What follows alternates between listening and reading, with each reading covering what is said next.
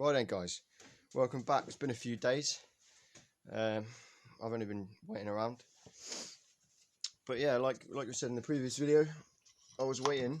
I was waiting for one of these, a clutch removal. I don't know. It's just basically a clutch basket, arrestor, whatever you want to call that tool. All it does, it sits between the clutch basket inner and outer teeth, and stops it from free moving. So like the inner basket would be, the outer basket would be driven by this gear here, which is the crankshaft gear, and the inner basket drives the input shaft for the gearbox. So these would be able to move independently when you pull the clutch, which breaks the engine from the gearbox. That's how that works. But that's crap if you want to stop everything moving and undo a bolt. But yeah, we've done it. So my suspicions were correct. There is indeed a singular bolt behind the clutch basket here, but this gear wheel is now in the way. They're for the oil pump, so I'm going to take this little circlip on there. I'm going to take that off, take the gear wheel off, and undo that, and that should be the home run. Should be able to take the top case off. I'm not sure how difficult it's going to be taking the top case off. It looks as if there's only one thing in our way, which is between the alternator and the crankshaft. There's a cam, sorry, not a cam, a chain, and the chain is what links them together and drives the alternator. The gear shouldn't be a problem because this is the split line, look, for the top and lower and upper cases, and the input and the output shafts. This is the input shaft, and the output shaft was behind here. The sprocket is on the other side of the case. They're sat on the casing line, so shouldn't be a big deal. I should be able to take it off and they should stay in place.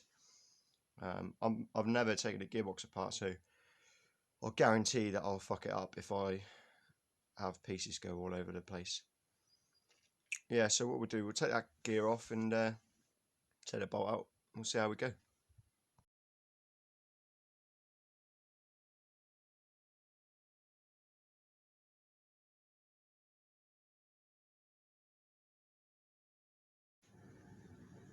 Welcome back, ladies and gentlemen, boys and girls. Right, my apologies for the slight delay. The issues we had were trying to get the crankshaft out. As you can see, it's not going. It's got the tiniest little bit of play in it, but the problem is the chain with this sprag clutch for the starter motor. There's one long shaft that runs through, and the problem we were having, which is no longer a problem, is this generator rotor, just basically a big magnet, sat on there like that, nice and gentle. So that is not going to fit through the casing, so it comes off somehow. But the problem we were having was we didn't really know how. I suspected the collet, which is exactly what it is, like a taper, which means it works on friction and a little bit of vacuum with air pressure pushing it on, holding it on. For anyone who doesn't know how to get things like this off, in particular this design, the inside, let me get a bit closer, you can see, the inside is threaded. Inside of this bolt is threaded, but only up to probably about half a millimetre in, maybe a centimetre at most, and then it's obviously the taper bore for the shaft to fit in. Right, the way that you get these out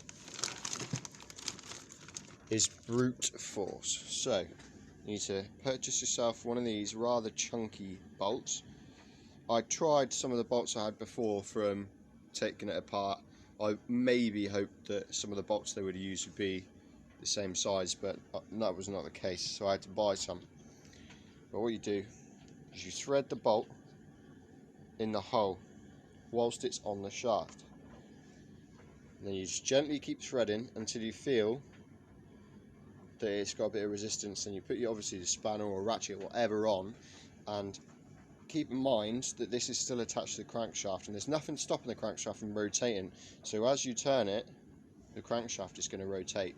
So you're not going to be able to put any significant pulling force by twisting this nut. So you need to stop the crankshaft from moving somehow, or hold, like get a oil strap, some sort of strap wrench on here and hold the generator rotor still. But the best way to work for me is just to jam a fucking, I'm not using this crankshaft again, well maybe I am, but the webs I'm going to worry about. I just put let this rotate this way and put a O-ring spanner in between here and the block, and just whoops, and that just tightened it until I could tighten this enough, and eventually pops right off. No welds, just a vacuum and a bit of friction.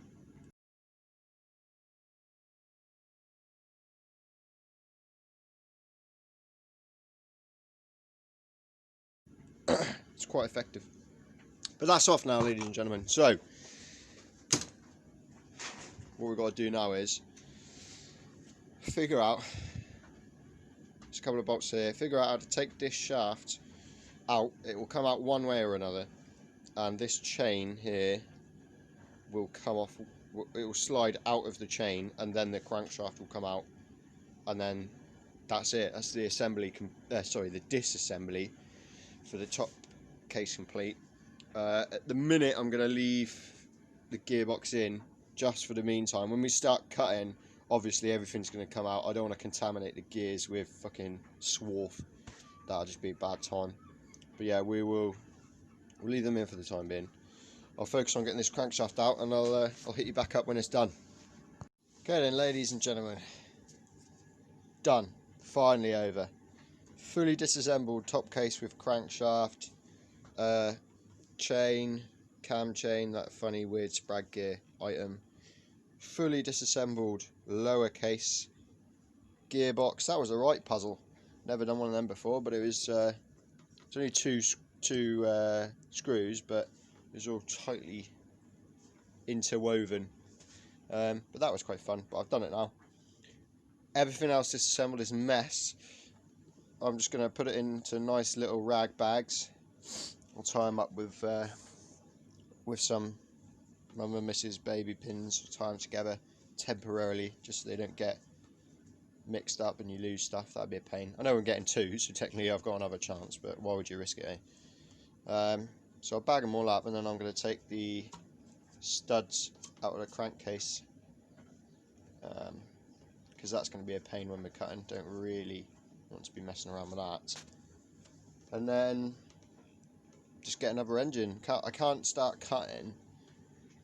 Some of you might be asking, why don't you just cut it? I can't start cutting until I've got another engine fully disassembled. I can see what damage is where. We know this engine, other than the missing mount at the back, which I'm going to have to weld on if I want to use this case, there's actually a really good nick. There's no damage. I'm not taking the valves out of the head yet, so there could be a little bit of valve damage, but I doubt it. And even then, just tighten it up, you know, hopefully it'll be good. That XDR has got 50,000 miles on it, and that's had 2 head rebuilds, because it's still bent valves in it, but still going strong. Anyway, another engine. That's all I got to tell you. Tune in for the next one.